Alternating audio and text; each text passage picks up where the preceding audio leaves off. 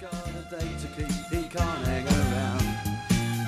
Our house in the middle of our street. Our house in the middle of our house. Hi, I'm David Brighton with Brighton Home Inspections. Welcome to Brighten Your Day video blogging. This week we're going to continue on with what to expect on the interior inspection. Last week we covered off water distribution. We looked at sinks, toilets, tubs, showers.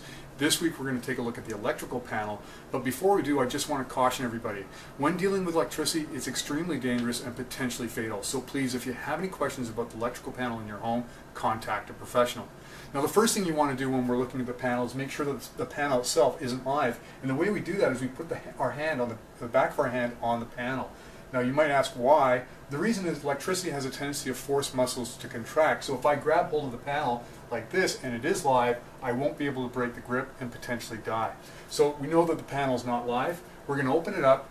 We're going to look at the circuit breakers from the exterior. We're going to make sure that they're mapped out properly. The most important thing is we're going to take this panel off. Okay, we've taken off the panel. The first thing that you notice about this particular panel is that there's no main breaker shutoff. I know that the panel itself is rated for 125 amp, which normally means that there's either 100 amp main shutoff or 125 amp shutoff. In this particular case, you would have to go to the panel and shut off what particular breaker was acting up or being tripped at the time. The other thing I want to talk to you about today is that with every breaker, there's always a corresponding gauged wire that goes with it. These are one of the things that we look for in the inspection to make sure that there isn't a 30 amp wire on a 40 amp breaker, because obviously that's too much electricity going down that particular wire and is a potential for a fire. In this particular case, on the right hand side of the panel, these are all 15 amp breakers, and the corresponding gauge of wiring is 14, which is correct.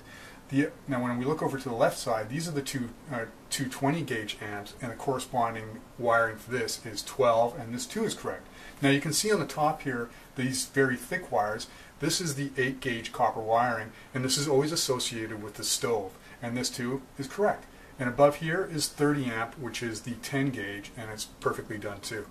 It's neat, it's tidy, there's no signs of arcing, there's no double tapping, which means two wires into the same breaker. Every wire should have their own individual breaker.